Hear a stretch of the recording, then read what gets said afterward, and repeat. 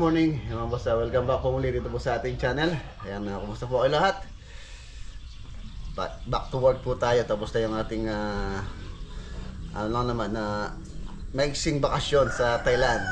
Ayan, bali ano lang po kami, 2 days and 3 nights ang nangyari po doon. Ayan, tapos na rin po itong ating pinasementong garahe. Ayan, pinaplastering ko na rin itong pader para medyo maganda siyang tingnan. Ayan, tapos na po siya, pero bala ko pang sementuin, pinturahan to ng pump floor para medyo gumanda naman ng konti. Ayan na siya. So baka mamaya pwede na natin dito ipasok dito si Proxy mamayang hapon. Wow, tapos yan, tent. Ang laking pakinabang po itong tent na to. Kami okasyon, at least na lipat-lipat namin. 6 by 6 meters ang sukat po niyan. 6 meters by 6 meters, halos nasa 36 square meter, tama ba? 36 square meter. Tutusin, para na siyang maliit na bahay itong tent na to. Kwarto, sala, kitchen, living, CR. Pwede na dyan sa size na yan. Maliit na bahay. So ngayong araw, siyempre balik tayo sa trabaho. Dito muna tayo sa Arayat project. Tapos silipin natin yung pinlooring natin doon kay Paring Meg, yung kanyang driveway. Patapos na rin po yun. Tapos meron kaming project ni Mrs. Marito na papagawa niya dito sa area na to. Meron po tayong lalagay dyan na project. Palit lang naman yan. Tapos yung mga pintuan, yung mga iba, dinala na po ni Bayo sa San Simon. Baka dumaan din tayo, pumunta rin tayo sa San Simon ngayon. Marami tayong kailangan na sikasuin ngayon pagkatapos ng bakasyon. Ayan, 3 na lang yung natira dito. Bale 12 yan, siyam na po yung nadala niya. Ang ganda-ganda. Yan, tapos ito, shoutout kay Kuya Ray. Ito, schedule po namin to. Pagkakaalam ko, available lang si Kuya Ray Saturday and Sunday. Maybe Sunday i-schedule po namin yun, ilagay na rin yung backjob po to kay Kuya Ray. Pinalitan ko po ng bago yung pintuan doon na nagka-problema. Ang ganda-ganda na, oh. Tab. 3. Babalikan pa po ni Bayo itong mga pintuan na to para madala na lahat dun, ma-install na. Kailangan na po nating maano dun matapos, dahil malapit na rin pong umuwi yung owner nun, Di Vera family. Shoutout kay Kuya Herman. Ayan, ang ganda ng ating garahe, oh. Ayan, ang ganda rin to. Hindi po namin binili yan, halos ano lang po yan, pattern. Meron tayo pattern dyan, ito.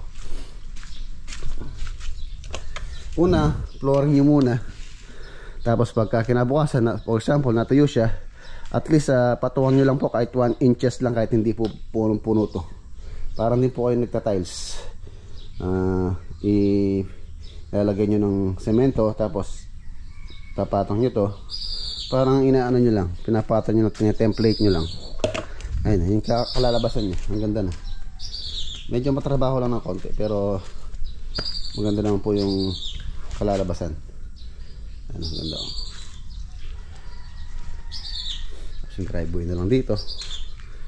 Pagkaan papasimento na rin natin to para hindi na rin po napuputikan yung sakyan pagka gumagaray tayo. So tara, dito muna tayo sa Arayat. Silipin natin yung project dito. Ayan, nandito na po tayo sa Arayat. Ayan, sa Tarlac project natin, mga boss, malapit na po natin yung turnover yun. Hinihintay na lang po natin yung owner doon, tapos yung mga yung electrical, tapos yung sa water district. Pinapain na lang po namin yun. At least hindi po natin inapura. Mas maganda yung ano siya, talagang gagawin siya ng hindi apurado para hindi din maano yung trabaho, ma-compromise yung quality, para magawa ng mabuti yung dapat gawin. Hindi yung inaapura. Minsan pagka inaapura kasi doon ang nagkaka-problema pagka apurado yung isang project. So yun, wow. And dito sa exterior, mapapansin nyo, naging siya, parang dark gray dahil nga in-apply na po ng waterproofing materials po yan. Tapos yun yung perimeter dito, pinaano ko na rin, pinaayos ko na rin para okay na yung pinakabahay natin, yung dito sa may labas. So tara, si Lolo Boy siya yung ano nila dito, siya yung pinaka foreman. Ayun si Lolo Boy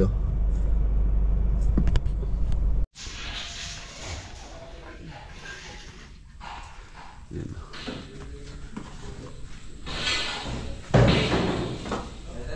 Yung mga boss ko, ganda na, gumaganda na, lumilinis na po yung project natin dito sa Arayat. Tapos nag-apply na sila ng waterproofing dito.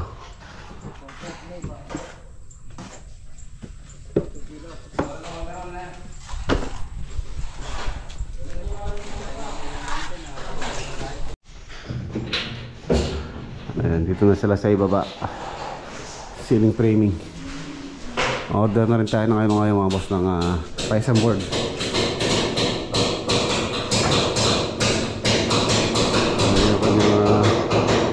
Sanitary line, water line.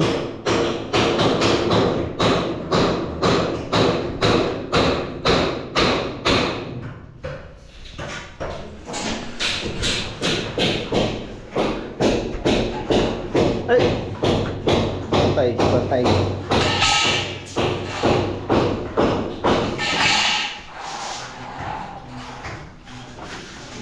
Pwede na ma-close dito. Electrical, okay na rin.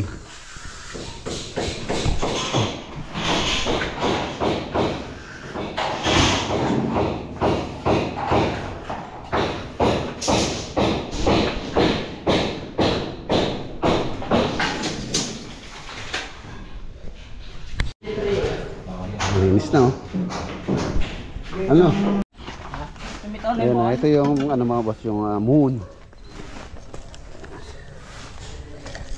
Papaperka na rin natin yung dito, yung perimeter fence. Magkakukose tayo dito sa yung kanyang pinaka gate. Alas sa pa-slope ko siya pa ganyan. Yun sa rampa.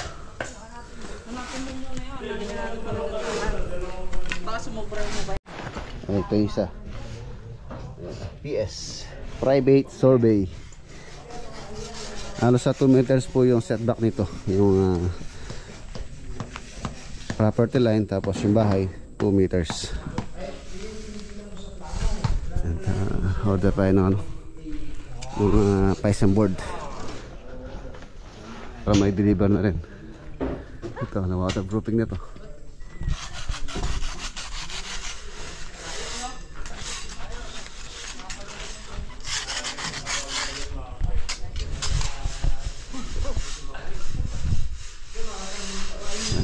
Ayan na po yung pinaka-property line nya dito. Gustong pagawa ni ate dito, Ate Agnes, laundry area dito. Pwesto na yan. Mga boss, order muna tayo ng materials, price and board, tapos mayroon pang kulang na pang ceiling framing, ating metal faring, carrying channel, wall angle. Order na rin ng buhangin. Yan, wala na tayong buhangin. Tara. Tapos diretso tayo sa bahay ni paring Michael. Check po natin yung kino-concrete nating driveway. Halos tapos na rin. Okay, mga boss, 14,780 yung binili nating mga materials dito sa bilihan dito malapit po sa amin. Paring, carrying channel, wall angle, price and board. Yan, so bibili pa tayo ng drill bit pala. Wala silang drill bit dito. Doon na lang tayo bumili kay kay Ari doon mura po doon. Drill bit. Tsaka rivet. Mura din sa kanya rivet kumpara dito sa hardware dito. Siyempre doon tayo sa kung saan tayo makakasave. Let's go. Kahit pa piso-piso lang yung ating madi-discount pag pinagsama-sama po yan sa dami ng ating binibili, malaking bagay na po yan.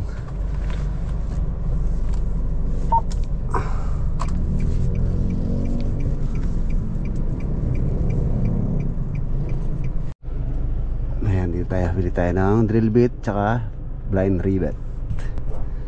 Okay, ayan po. 180 ang isang box niyan, pero sa hardware ang halaga po niya nasa 200 to 220.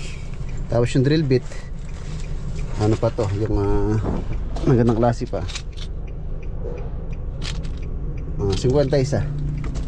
Sa hardware 80 pesos po yun. Ano pa, pangit na klase pa yun. Ito ano to, para pang stainless.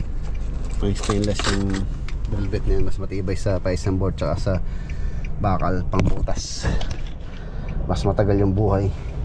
So tara, balik tayo doon, tapos diretso tayo sa ano muna tayo mga boss, sa bahay ni paring Mike bago tayo mag punta ng San Simon.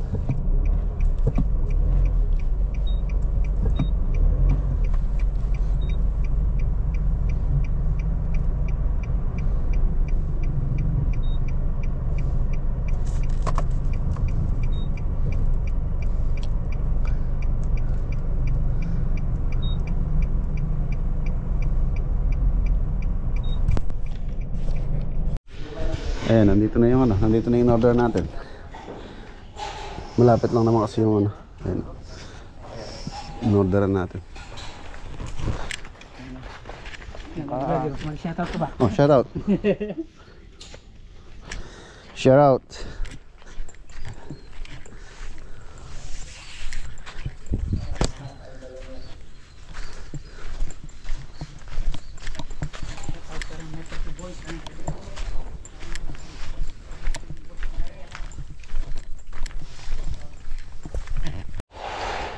Let's go. Dito na natin sila. Marami pa tayong dapat asikasuin. Tapo muna tayo dito kay paring Mike. Time check, alas 10 na. Siguro by after lunch na tayo makakapunta po sa San Simon.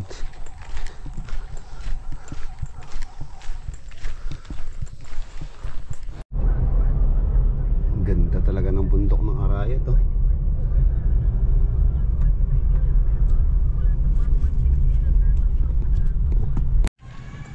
Ayan, okay na. Ayan. Kasi hindi na po didiretso yung tubig dito. Pipigil na, tapos didiretso na doon sa may tosang doon, sa may kanal. Ganda oh.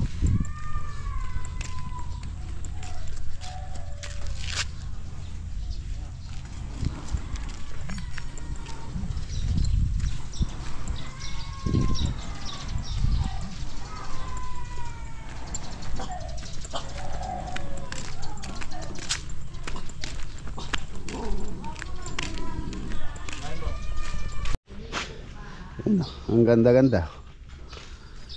Atras natin yung sakyan para masakay po yung compactor tsaka yung welding.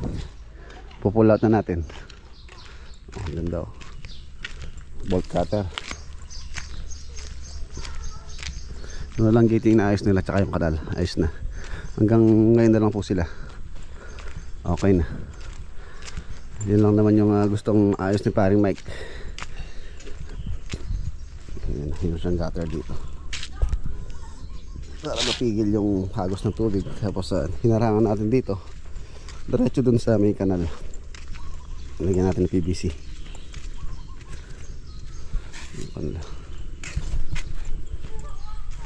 Tapos ayos.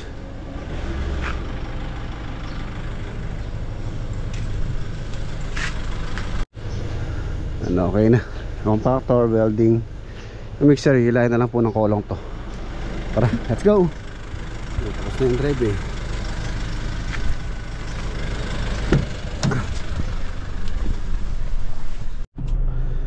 Ayan, nandito na tayo. Pasok na tayo dito sa ating carport. Yun.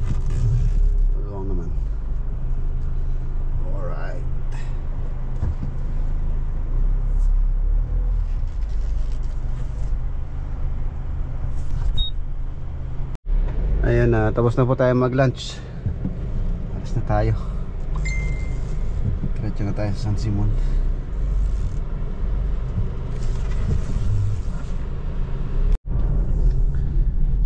Ayan, nandito na po tayo sa San Simon. San Simon Project. Ayun, oh. Wow, ang ganda na. Black na yung ating rooftop.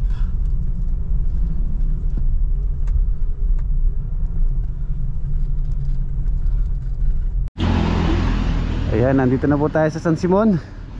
Ayan, nailagay na yung polycarbonate dito sa may gate. Tapos may canopy. Halos sa isang rolyo pa lang pong binili ko dito, nagkulang na dito. Ayan, dito sa may canopy dun sa taas kulang na. Tapos dun sa pinaka roof deck, sa estimate ko po yung roof deck na yun, 3 roll po yung gagamitin yan. 3 roll. Yung po isang roll 30 meters po yun. Halos nasa 90 meters yung kailangan namin sa taas. So inulit ko yung price po nun, medyo pricey. Yung binili namin sa roll yun, nasa 43,000 megit yata. Isang roll lang po yun, 43,000 yata yun, no? Kung di ako nagkakamali po. Pero pagka bumili ka ng per meter, 1,650 isang metro po nyan. Mas mahal. So sa competition ko sa 1,650 na one roll, umaabot siya ng kulang-kulang 50,000 kung per meter. Siyempre may isang roll yung mas mura po siya. Pero yung problema, wala na po dun sa kinukuha natin. Wala na po silang stock. So hahanap po tayo ng iba. Hindi ko lang alam kung magkano sa iba tong polycarbonate na 3mm. Ayan na siya, oh. Meron na siya dun sa may canopy. Ayan. So 3 rolyo, kung nasa 44,000 sabihin na natin, times 3, magkano yun? Halos nasa may kita 44,000, nasa 130,000 yung palang polycarbonate pa lang po yun. Wala pa yung kanyang accessories na pandugtong. Yung isang roll, ayan, kulang siya doon. Hanap tayo ng ibang supplier ng poly. Yun, oh. Meron pa siyang sa taas. Meron pa siyang sticker.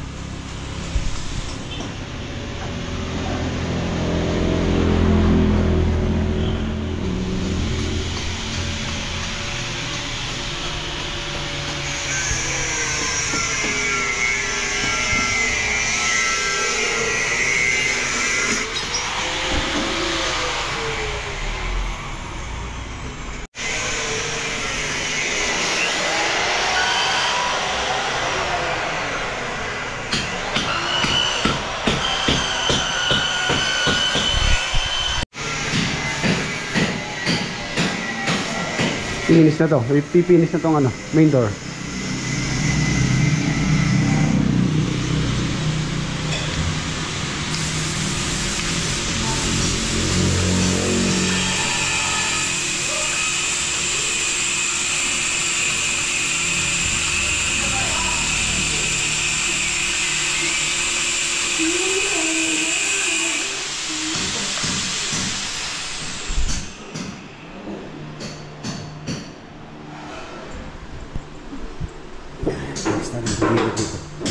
Finish na rin. Ito, papalitan po namin to.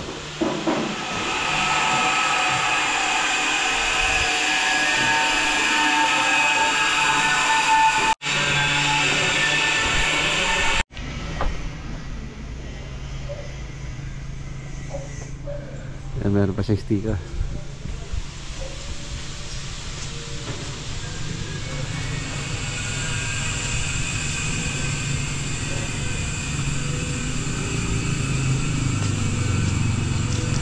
Ganda.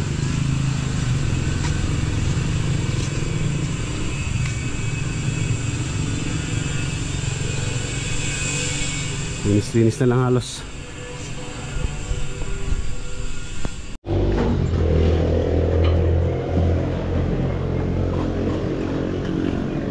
Opya.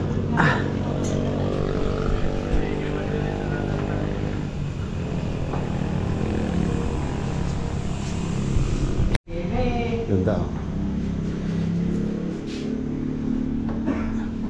pulido. Ito po yung dating kitchen na tinanggal natin yung lababo dito. Tapos yung faucet na yun or angle bulb na yun, tatanggalin na natin yun. Power.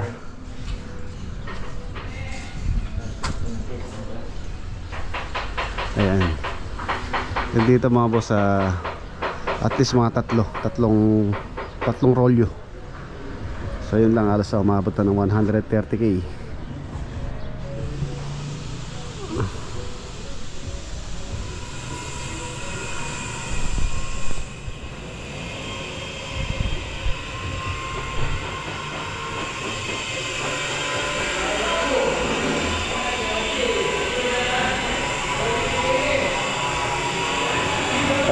Alas 3, merienda. Ayan na, dumating na rin po itong installer ng air condition unit. Ayan, tinignan po muna nila itong site para ma-estimate kung ilang horsepower yung ilalagay. Okay.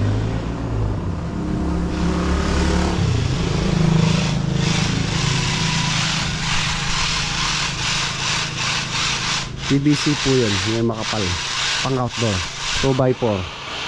Ano din yung kinuha natin na tawag dito?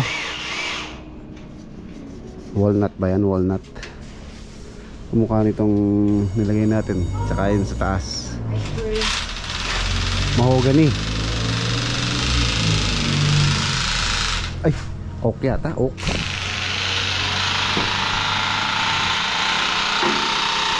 By 4. Makapal po yan, pang outdoor talaga yan.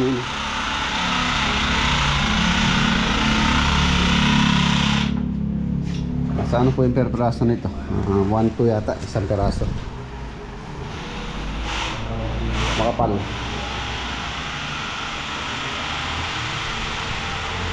Finish na yung pintuan, no? Finish na.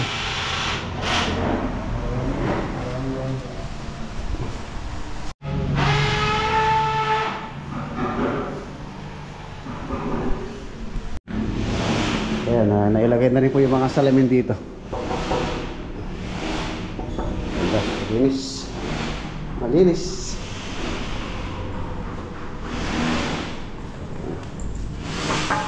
Tempered glass.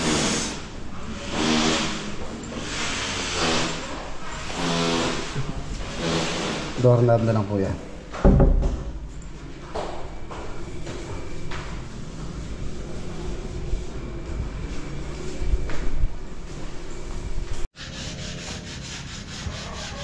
Tesla, ganda.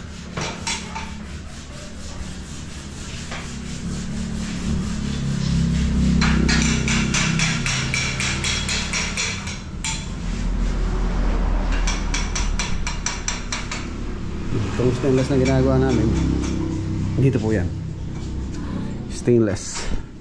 Malinis na rin dito. Tapos papagawa natin ng takip to, yung ating mga Scotch basin.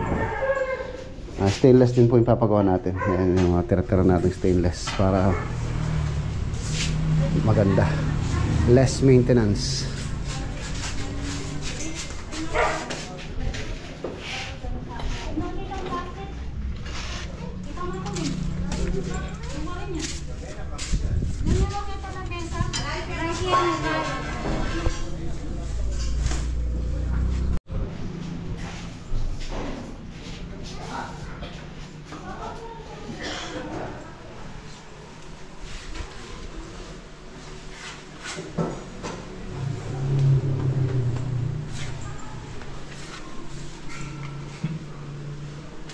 Hindi mo din.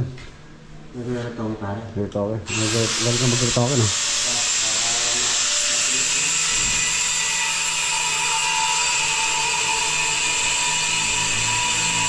Linis na. By next week siguro medyo palinis na tayo dito.